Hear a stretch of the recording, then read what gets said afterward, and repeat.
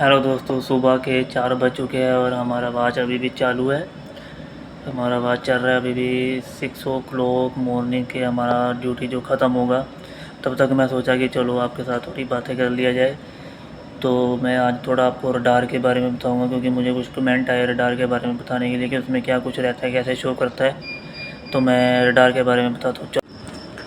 तो light white सब of किया हुआ है ब्रिज का, क्योंकि लाइट ऑफ करके वॉच अच्छा होता है। बाहर का व्यू पूरा क्लियर दिखता है। अगर लाइट ऑन रहेगा अंदर का तो बाहर का कुछ नहीं दिखेगा।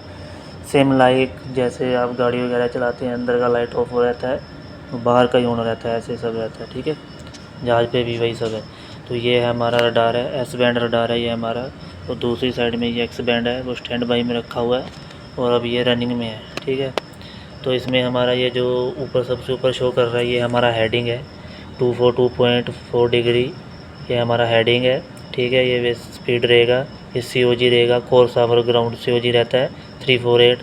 और ये SOG है, स्पीड आवर ग्राउंड। ठीक है, ये कोर्स आवर ग्राउंड है और ये स्पीड आवर ग्राउंड। ठीक है, तो ये आगे हमारा वेसल का पोजीशन हो गया। पोजीशन रहेगा हमारा ये नॉर्थ ईस्ट पोजीशन रहेगा। ठीक है, ये डेप्थ हमारा दिखाता है। अगर हमें सी डेप्थ देखना हो ये दिखाएगा हमें सारा। तो हमने ये टारगेट सेट किए हुए हैं, 2 टारगेट रहते हैं। जो जैसे कि कोई वेसल हमारे नियर बाई कोई वेसल है, वो भी एंकरेज पे, जैसे हम एंकरेज पे, अगर वो भी एंकरेज पे है तो हम उनका टारगेट सेट कर लेते हैं अगर हमारे पास में है।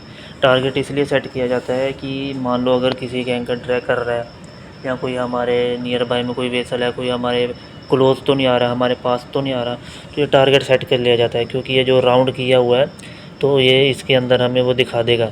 ठीक है, जैसे ये एंकरेज पोजीशन है, ये दूसरा एंकरेज पोजीशन है। ठीक है, और ये हमारा एंकर पोजीशन है यहाँ पे।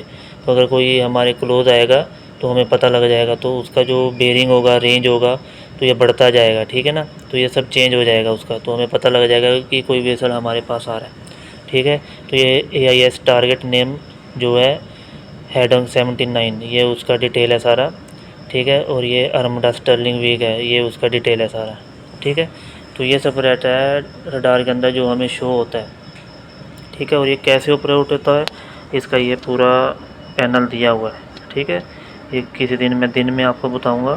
ये पूरा पैनल दिया हुआ है, यहाँ से सारा ये रडार सिस्टम ऑपरेट होता है।